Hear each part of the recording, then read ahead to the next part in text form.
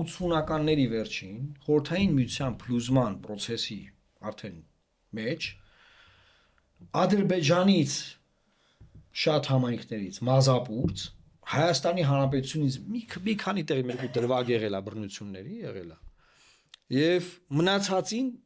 ոստիկանական ուղեկցությամբ մենք ճանապարհել ենք Ադրբեջան եւ շատ-շատերը փոխհատուցում են ստացել շատ-շատերն են բնակարանները փոխանակել են այսինքն Սումգայիթի բնակարանը փոխանակվել է ստե ինչ որ գյուղի բնակարանով եւ ընդեղից ավելի շատ մարդ է եկել Հայաստան քան ստեից գնացել Ադրբեջան հիմա որ տներն են ուզում հետ գան իրանք դրան է գումարվել է 150,000 Արցախից են եկել որ տներն են ուզում գան ժողովուրդ հասկանում եք ինչն է բանը այսինքն թեման սենց է կամ երկու կողմը պահանջում է որ վերադառնա